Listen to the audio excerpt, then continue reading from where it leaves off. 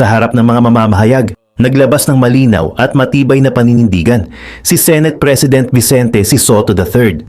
Sa tono na seryoso ngunit mapayapa, inilahad niya ang posisyon ng Senado hinggil sa mga isyong panloob at pambansa, mula sa umano'y katiwalian hanggang sa proseso ng pagbuo ng budget para sa susunod na taon. Hindi siya nag-eksaherado. Ang bawat pangungusap ay nakatuon sa isang mensaheng paulit-ulit niyang binigyang diin: transparency, accountability, at ang paniniwala sa wastong paghahatol ng hudikatura. Ipinaliwanag ni Senate President Soto na ang Senado ay magpapatupad ng mas malinaw na pamamaraang pampinansyal. Gagawin natin ang budget process na transparent at accountable, ang kanyang pahayag, at kanyang idiniin na ang lahat ng hakbang ay dapat nasa harap ng publiko. Binanggit niya na hangad niyang makita ang deliberations ng mga komite na bukas sa tao, at umaasa siyang ang ilang institusyon ay magpapakita rin ng higit na kahinahunan sa pag-iimbestiga. Sa usapin ng Blue Ribbon Committee, pinangunahan ni Soto ang definisyon ng katayuan ng komite at ng kanyang chairman.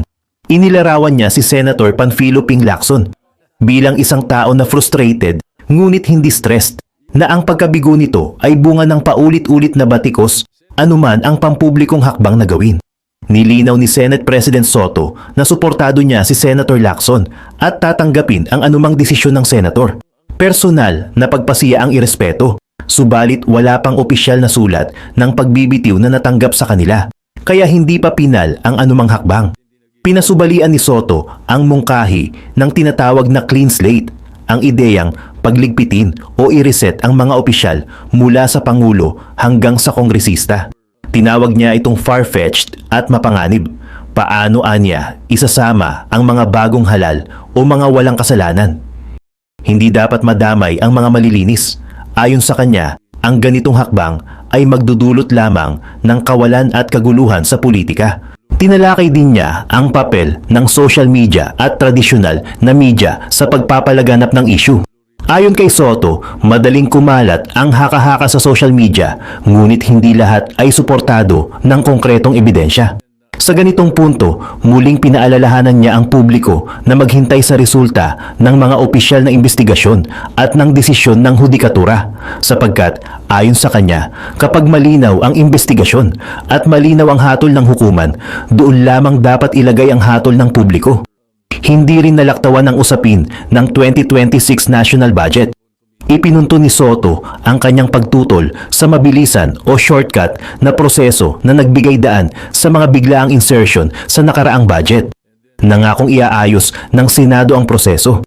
Wala raw dapat unprogrammed funds sa final deliberations. At kung may mga amendment o insertion, dapat itong ipresenta at itala sa plenaryo ng malinaw. Sino ang nagmungkahi at saan manggagaling ang pondo? Pinangalanan niyang maaaring payagang pumasok lamang ang foreign assisted projects bilang nakalinya at dokumentadong pondo. May mga tanong din tungkol sa mga taong nananatiling under contempt ng komite. Inihayag ni Soto na sina Pacifico Curly Discaya at Bryce Hernandez ay nananatiling under contempt dahil sa mga kasong pinatatakbo ng Blue Ribbon Committee.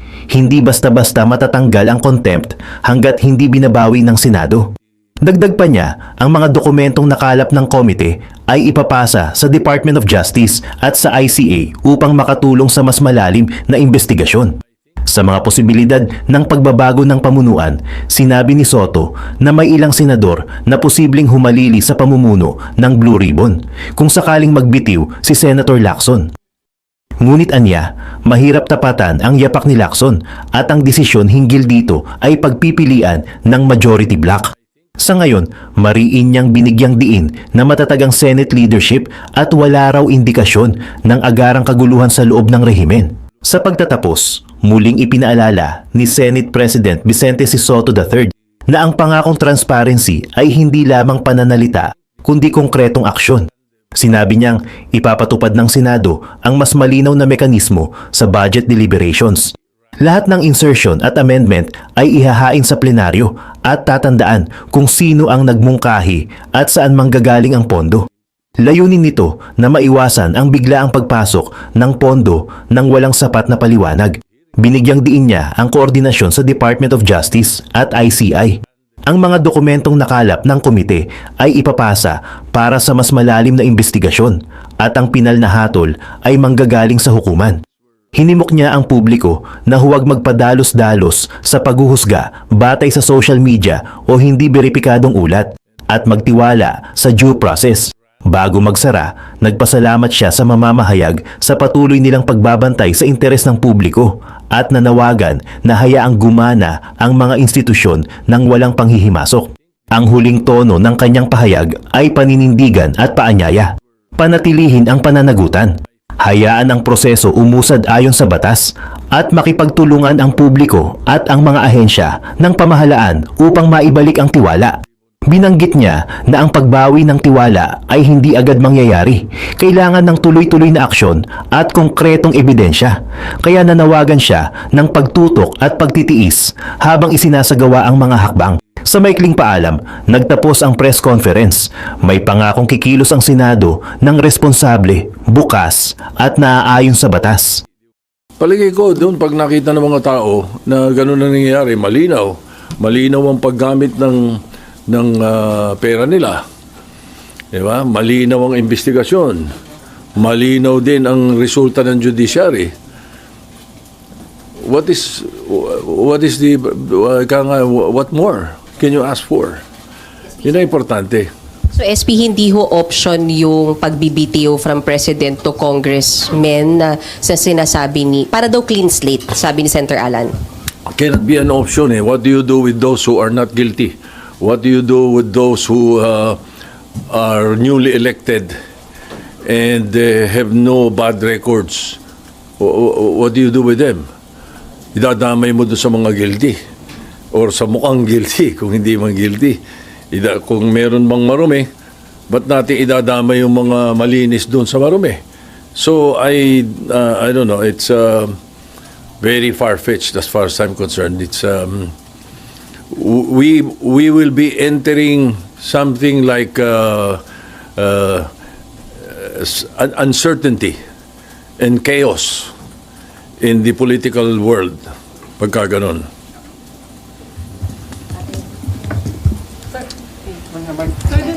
Sir, nakausap na ho ba kayo ni Senator Lacson tungkol po dun sa balak niyang resignation? Tinanggap na ho ba yung resignation niya as chairman po ng Blue Ribbon Committee? Salamat po. Hindi, nagkausap kami kagabi. Wala pa kami tinatanggap. Wala pa naman siyang pinapadalang sulat or I think he wants to do that personally. Nagkausap kami kagabi. And ayun, nagkausap kami kagabi. Nagsabi na siya, SP, na You know, Senator Lacson is frustrated. He's not stressed. Sanay sa stress yun eh. Yeah, pero ang nakikita niya, frustrated because nag-hearing siya, may umaangal. Bakit nag-hearing? Pag hindi siya nag-hearing, may umaangal. Ba't hindi nag-hearing? Ano ba talaga? Diba? So, and then I think the way he ran the Blue Ribbon Committee hearings were very good. Huh? So, siguro, the man is frustrated. I will support whatever decision he makes, and I will accept whatever decision he makes, and he has my 100% support, whatever it is. SP, yung pong decision niya po ba ay final na o pwede pa po siyang mapahinuhod ng majority at ninyo na magstay put as chairman po ng Blue Ribbon Committee? I think that question is best asked of him. I cannot answer for him. Pero sir, anong sense ng majority? We can only hope for the best. Opo, pero sir, ano po ang sentiment sir ng majority bloc? Sabi niyo po you're in touch with them. Ano po ang sinabi nila? Gusto ho ba nilang manatili si Senator Lacson o gusto nilang mapalitan? Karamihan, hindi naman ko komentaryo iba pa, pero yung karamihan ay sinasabing nila na baka pwede pa makausap si Senator Lacson. Para po?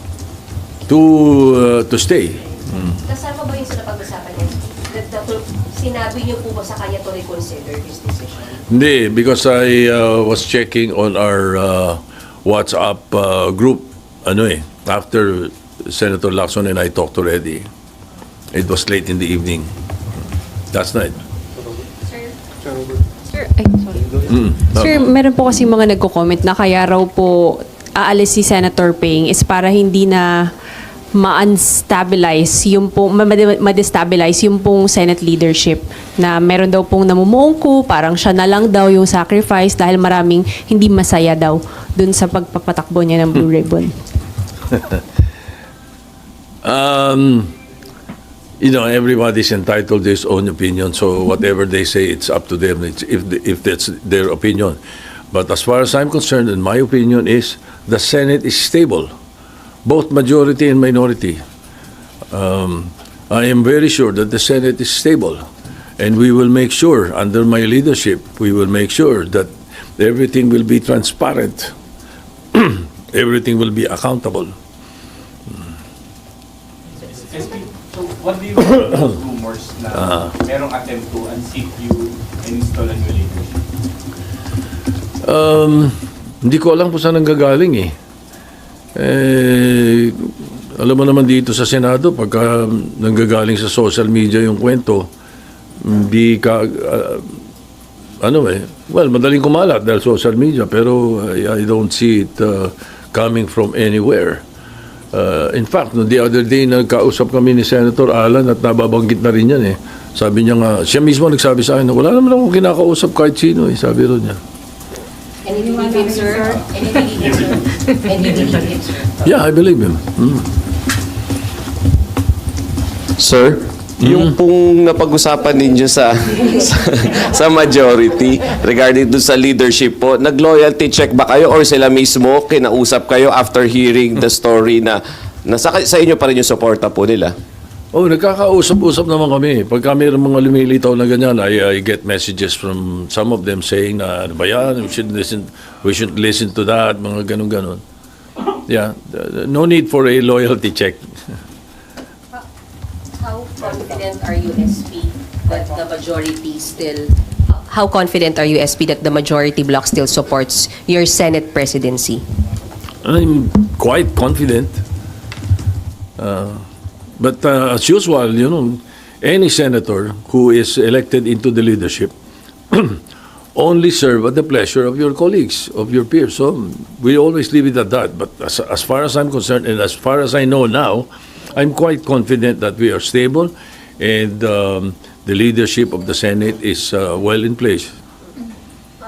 May interviews kay Senator JV na parang may lumabas na mga reports na may balak siyang kumala sa majority. May ganun ho bang na sabi po sa inyo? Paulit-ulit si JB, sinasabi niya na nung araw pa yan, rehash daw yan eh. And he was interviewed and quoted that, I think about more than 2 weeks ago, when the issue of the interview of Senator Lacson mentioned about certain insertions of some senators or almost all like that. Parang ganun yung ganabi. That was the reaction of Senator JV the following day.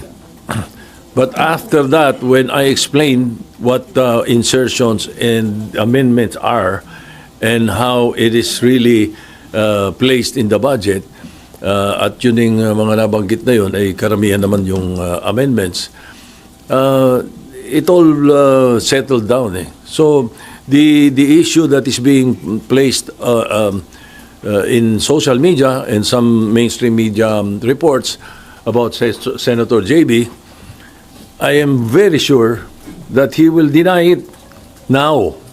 You know, he did say that before.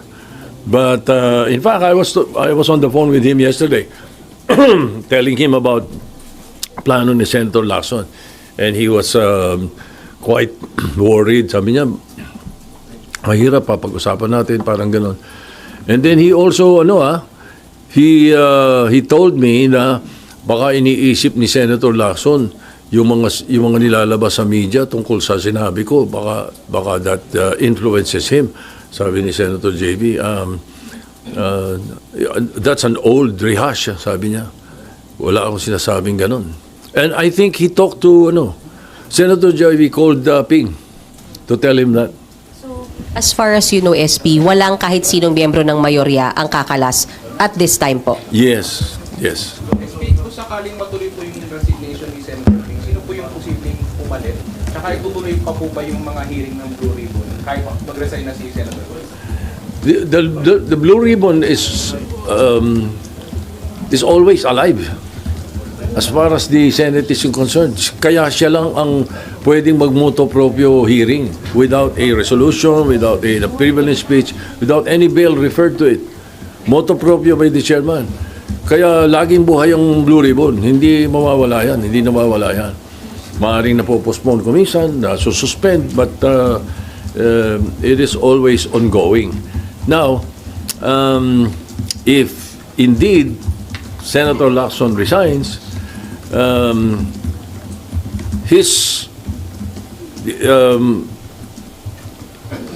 candidate would be a very good, it would be something to consider. But we will leave it up to the members of the majority. We'll talk about it first. We'll cross the bridge when we get there. Pero sir, yung flood control investigation, ipagpapatuloy pa rin po ba? Siyempre, kung ano yung mga dapat maipadala na namin. Meron kami mga nakuha na marami ng informasyon na nakuha. Ang importante dito, ipadala ito sa ICI and the DOJ so that they continue with it can aid them in their the performance of their mandates. Laking tulong yun, palagay ko, sa kanila. SP, kayo po ba personally, meron po kayo, sir, nasa harap na ako. SP, kayo po personally, meron kayong pick for the Blue Ribbon Chair? For the meron po kayong gustong choice ninyo for Blue Ribbon Chairman?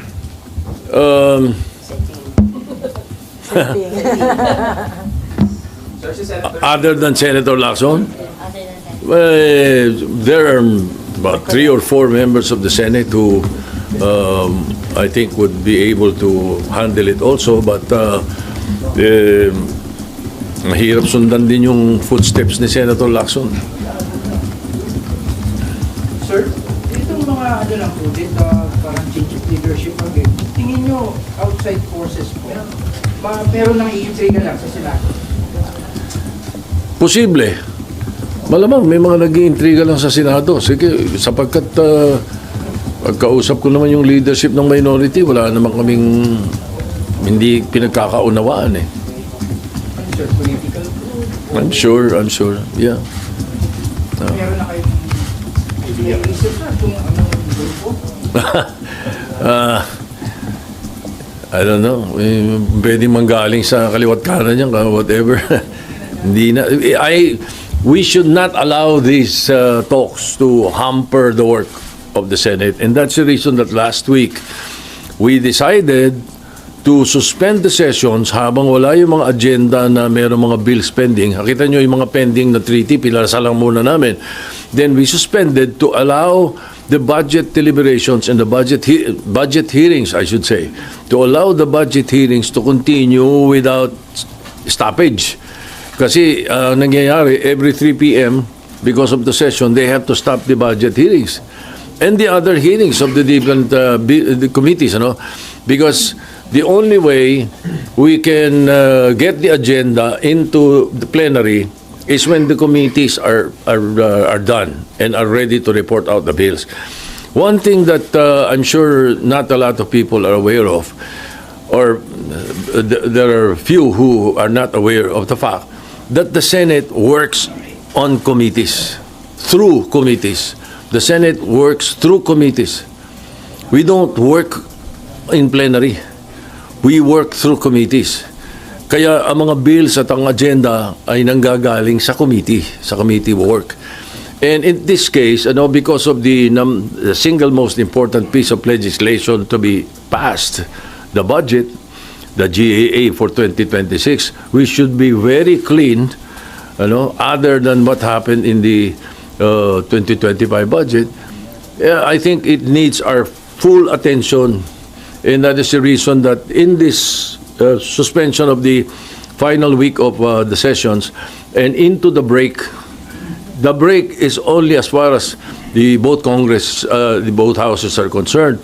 But as far as the Senate is concerned, it is a working break because of the budget hearings and the committee hearings.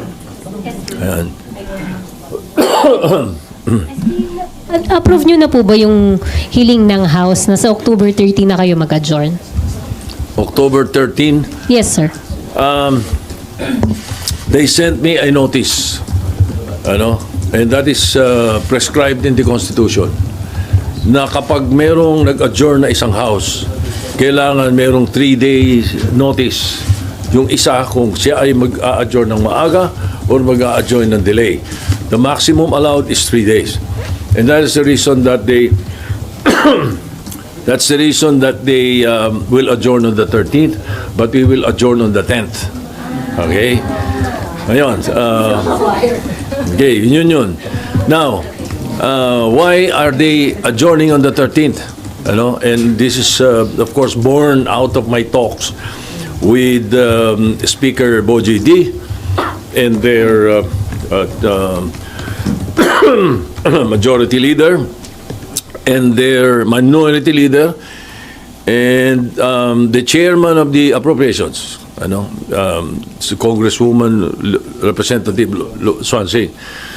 Ang napag-usapan is they will not be given by the President the certificate of urgency. So they needed that instead of passing on second reading on the 10th and passing on third reading on the 10th, because they can only do that if there is a certification of urgency by the President. The President does not want to certify the budget as urgent so that there will be time to go through the budget in at least 3 days para mabasa mabuti kung tama lahat yung pinapadala. I think that is the thinking himself. The President himself said that.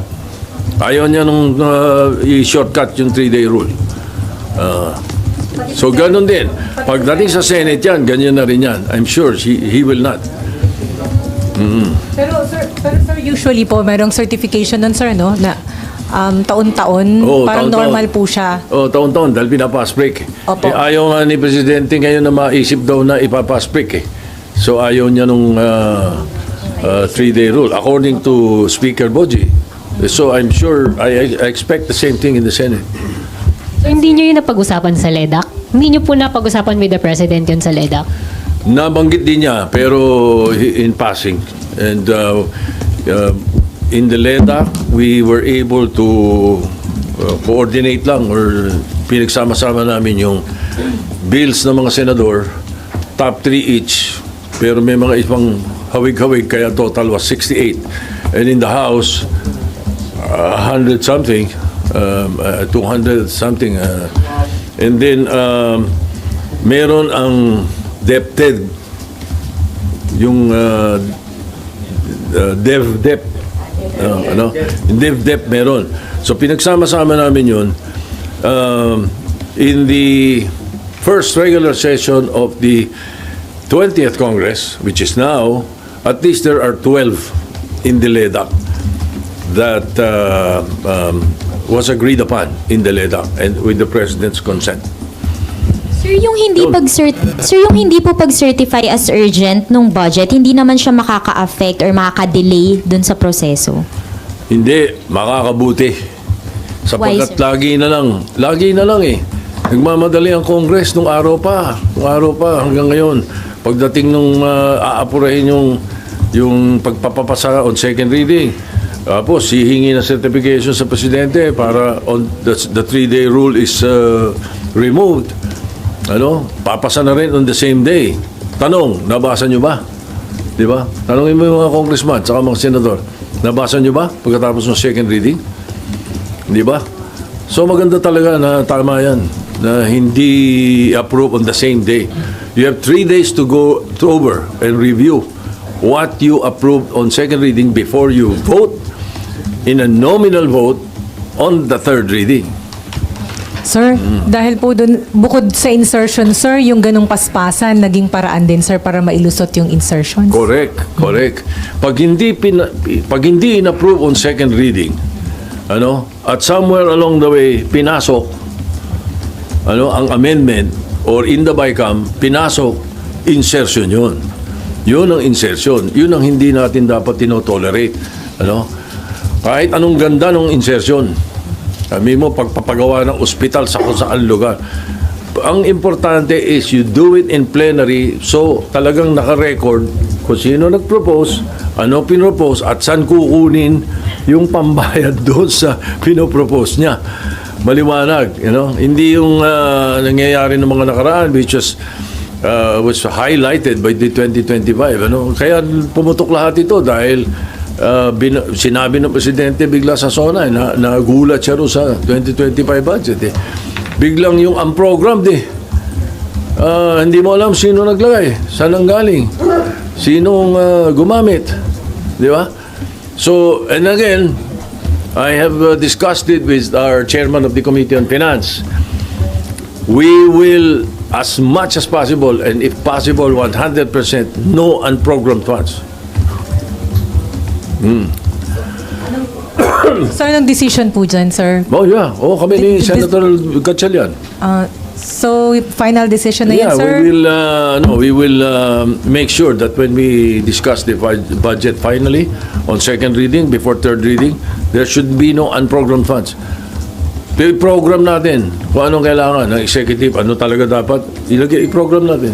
Paano yung mga Para foreign maliwanag, assisted? kitang-kita, hindi yung pagdating ng nakapasa na yung budget, biglang, ganyan, pwede rito, ganito, pwedeng ilipat dito, hindi pwede yun. Sir,